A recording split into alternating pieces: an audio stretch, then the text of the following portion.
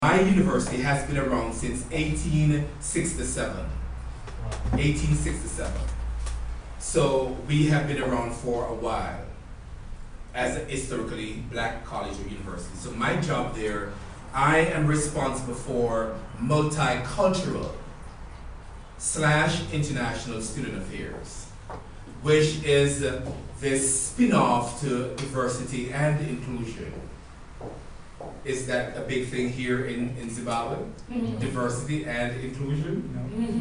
We belong to all black, so I guess not, isn't it? Okay, because again, diversity and inclusion in the American context is not just about the color of your skin. It's not just about the color of your skin. Because right now we could say that, oh, we are not that diverse in this group. However, we are very diverse in this group. Diverse in our thoughts, our perception, our religious beliefs, what we eat, what we drink, our ancestors, where they're from, etc., etc. So diversity comes in different shades and different forms. So my area, which actually operates for international students at that university, there are 31 countries represented on campus. Unfortunately, we do not have anyone from Zimbabwe. We have to change that. Not yet. We need to change that. We need to change that so that we'll have someone from Zimbabwe represented on our campus. So, having worked or working now with all of these international students, I have gained this great global perspective because all of us know that we are operating in a global space. Global space. And the world is getting what? Smaller.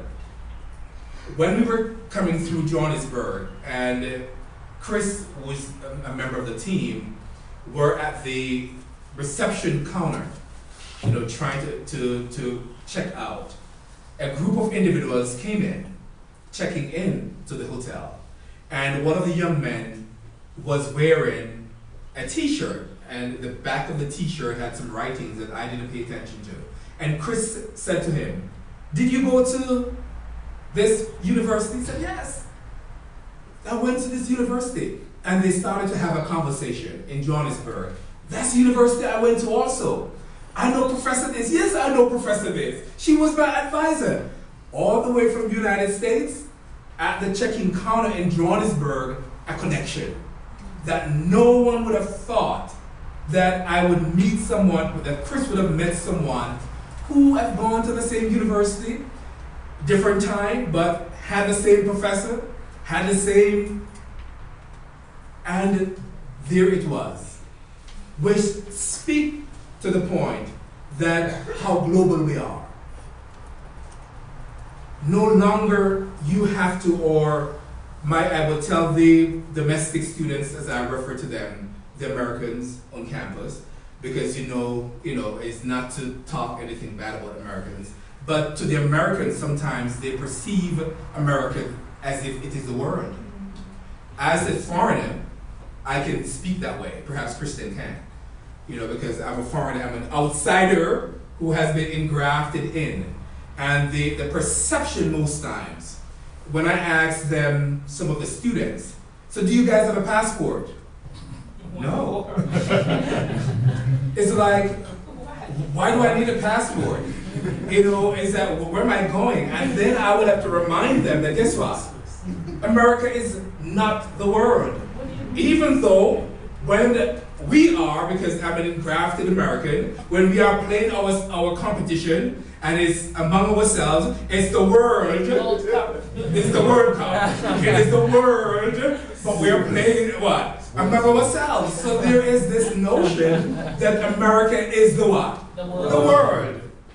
So many Americans, you'll find, do not have a passport. They don't. So I would have conversations with our domestic or American students to say, guess what? You do not have to go to Haiti to understand the Haitian culture or to interact with someone from Haiti, because there are Asian students here on campus. You do not have to go to South Africa to know much about South Africa. Why? Because we have 15 students from South Africa on campus. You don't have to go to Ethiopia to know something about Ethiopia. We have Ethiopians, and you don't have to go to anywhere in Jamaica. You don't have to travel to Jamaica, because guess what? I can tell you all about jerk chicken and reggae music.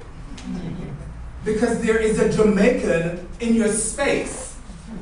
So it shows how globalization is impacting all of us.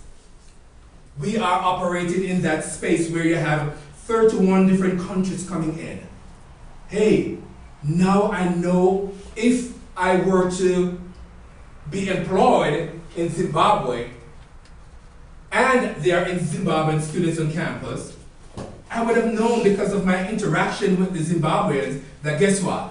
Now I can go to Zimbabwe and know something, because we are so interconnected and they are right there in your presence.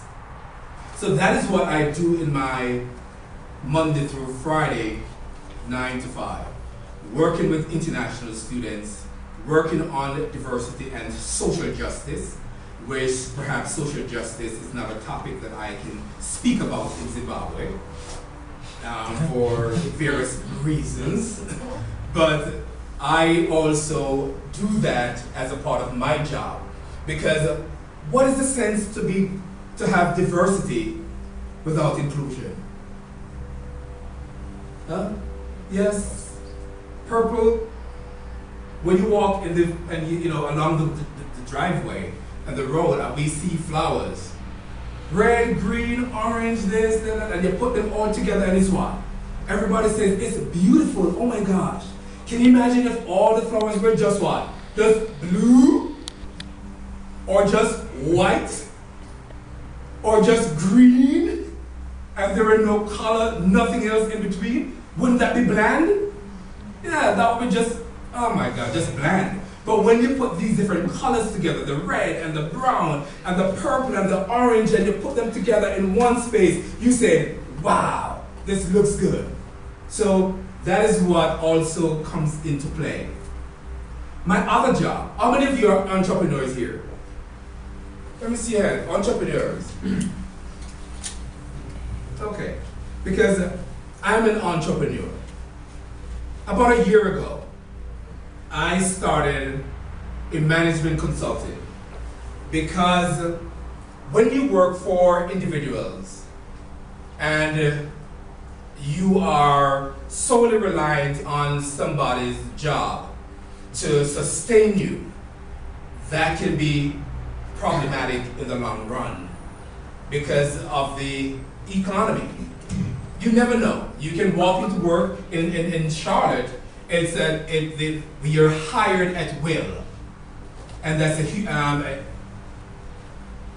human resource issue. That you can walk into work today, and guess what?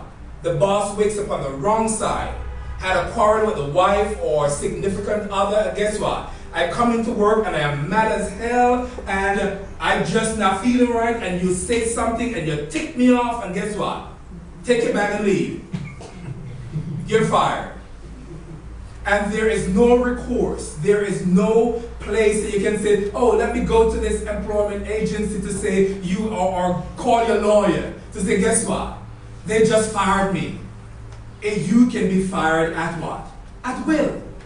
So, I decided that I'm going to start my own thing as an entrepreneur like most of you are. So my company is called RC7 Management Consulting.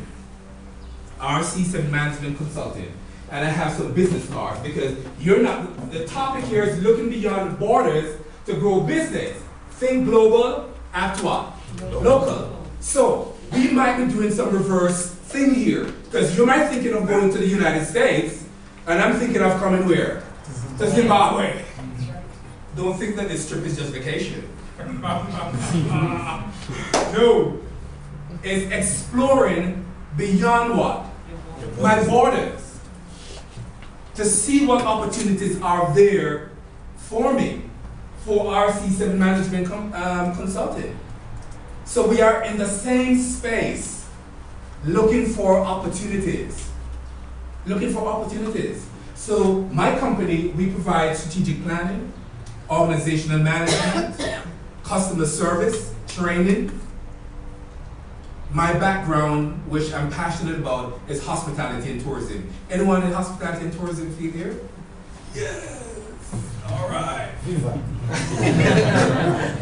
Hospitality and tourism. So that is my foundation, hospitality, tourism.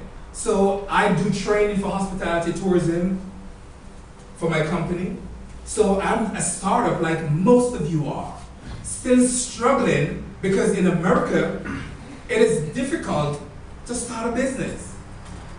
And not just starting, but to what?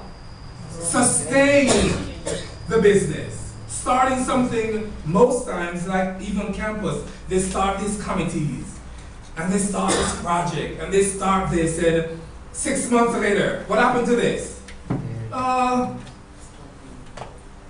Sustainability is key to any entrepreneur. I can start, you can put the business plan in place, you can have all the foundation, you can have the structure, you can have the capital, the startup capital, but if you are not able to sustain that venture, then what is going to happen 6 or a year time? You're going to be what? Out of business. Because you're not sustainable. So, as entrepreneurs, all of us who are thinking about globalization and the impact that globalization is having on all of us, it's affecting us directly and what? And indirectly. I was talking earlier of one of my observations, is not a criticism about Zimbabwe, it's an observation. Driving along the highway and the roads, how there are so many plastic bottles and styrofoams and garbage just thrown along the road. And I'm like, what? Welcome home. It's like, I'm sure that all of these plastic bottles were not manufactured in Zimbabwe. They were not. Perhaps 25 years ago, you would not have found a what? A plastic bottle in Zim. Or a take-out styrofoam plate. No. The same way in Jamaica. We had, if I go to the store to get a pop or soda, it would be in what? Bottle. That bottle, I can take to the store, to the shop, the local shop, and I will get 5 cents or what? Or 10 cents in my pocket. That bottle is now taken back to the what? The manufacturer, re-sterilized for what? Coming back on the market. Recycled. Now the plastic and everywhere coming in. Oh my goodness, it's unbelievable, unbelievable. We visited this African Skill Life Center. Where is it? Do you remember the name of the place? Yes. And in the area, one of the areas that actually caught my attention was the leathery, where they do leather work. And the director says that this area, there is very little interest. There are no students who have interest anymore in doing this kind of work. So the question was, why? And the answer is China. Do you get the point? Yeah. Because no longer will I want to buy a pair of shoes that is built what? Locally by someone in that area, when I can get a fancier looking, you see what did I say? Fancier looking. And underneath it is what? Paper or some other synthetic material which is like what? Plastic-like, that looks like what? Leather, and might feel like what? Leather, but it is not leather. And you can get it for what? $5. Yes. So that is what? Attractive. Oh, I can get 4 pairs of shoes for $20. But here comes the rainy season. And what happens? You step outside in a pot of water, and in 2 days, the sun comes up. What happens? The bottom of that shoes is what? It's gone. If you were wearing a pair of leather shoes, would that happen? No. No. Do you know how many times I've taken the shoes to the shoemaker? The heel comes down, and I take it what? $20. And guess what? A new pair. The next 20 years, this same type of shoes is going to be on my feet if I'm alive. Because of the durability. But we are no longer thinking about what the local community can do. What we can do locally. But instead of thinking about the local market and supporting the local market, we are thinking about what? The things that are coming in from what? Another space that is now being what? Imported.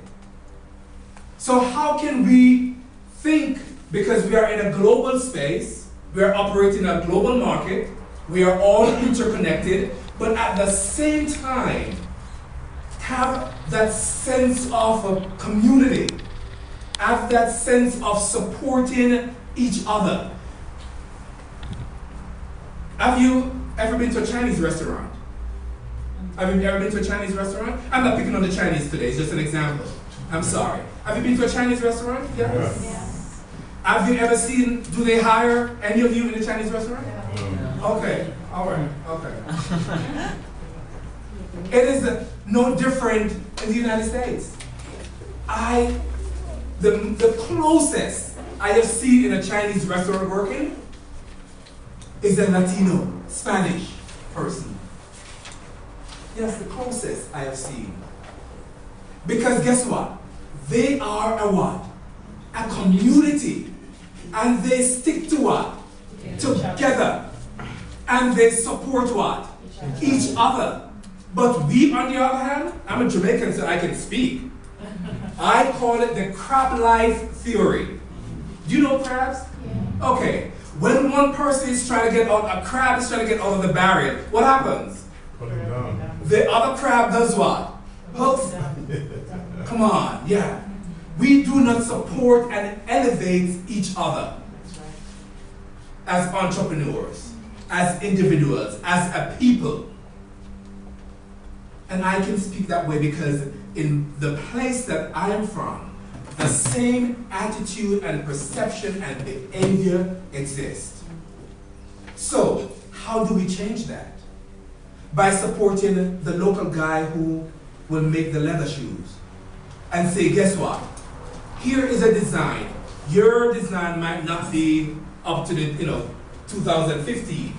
But here is a shape of a shoe. I can copy it offline. Can you make this? Can you replicate this with leather? Can you do it? And the first go might not be, it. But the second go is going to be a what? A little closer to it. And design and putting together thoughts and ideas locally can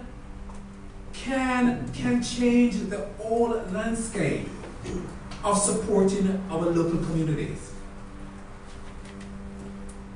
I told Tawanza yesterday that my trip to Zimbabwe, I came for, I don't know why I'm here, yes, but at the same time, I felt as if my coming to Zim yesterday was fulfilled.